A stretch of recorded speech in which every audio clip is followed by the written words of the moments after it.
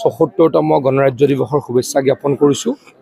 আজিৰ দিনটোতে আমাৰ দেশৰ এখন নতুন সংবিধান আমি গ্ৰহণ কৰিছিলোঁ আৰু যাৰ ফলত আমি ভাৰতবৰ্ষৰ প্ৰত্যেকজন ব্যক্তিয়ে চলিব পাৰিছোঁ। সংবিধান নহ'লে দেশৰ আইন কানুন ব্যৱস্থা হয়তো নাথাকিলে হয় আৰু আমাৰ গণতন্ত্ৰ ইমান শক্তিশালী নহ'ল হয়।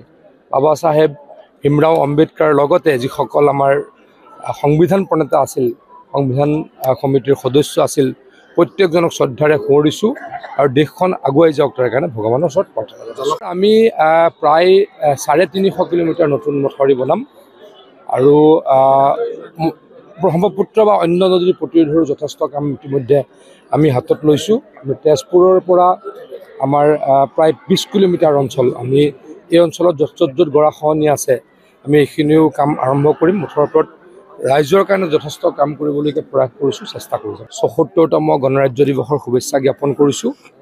আজিৰ দিনটোতে আমাৰ দেশৰ এখন নতুন সংবিধান আমি গ্ৰহণ কৰিছিলোঁ আৰু যাৰ ফলত আমি ভাৰতবৰ্ষৰ প্ৰত্যেকজন ব্যক্তিয়ে চলিব পাৰিছোঁ।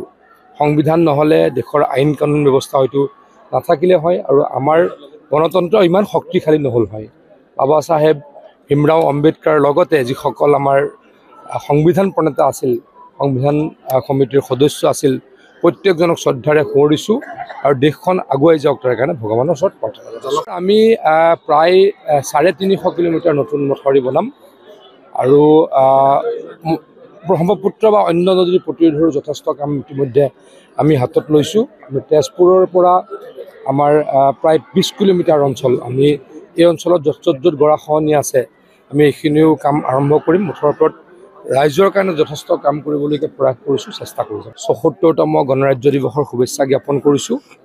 আজিৰ দিনটোতে আমাৰ দেশৰ এখন নতুন সংবিধান আমি গ্ৰহণ কৰিছিলোঁ আৰু যাৰ ফলত আমি ভাৰতবৰ্ষৰ প্ৰত্যেকজন ব্যক্তিয়ে চলিব পাৰিছোঁ। সংবিধান নহ'লে দেশৰ আইন কানুন ব্যৱস্থা হয়তো নাথাকিলে হয় আৰু আমাৰ গণতন্ত্ৰ ইমান শক্তিশালী নহ'ল হয়।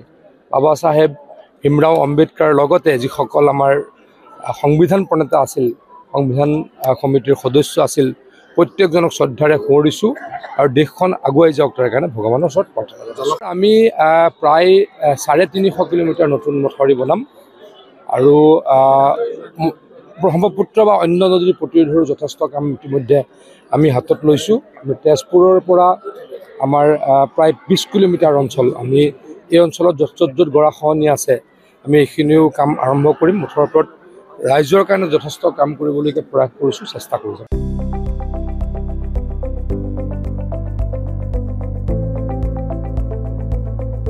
NB নিউজ, সহজ সৰল ভাষাত নৱভাৰতৰ কথা।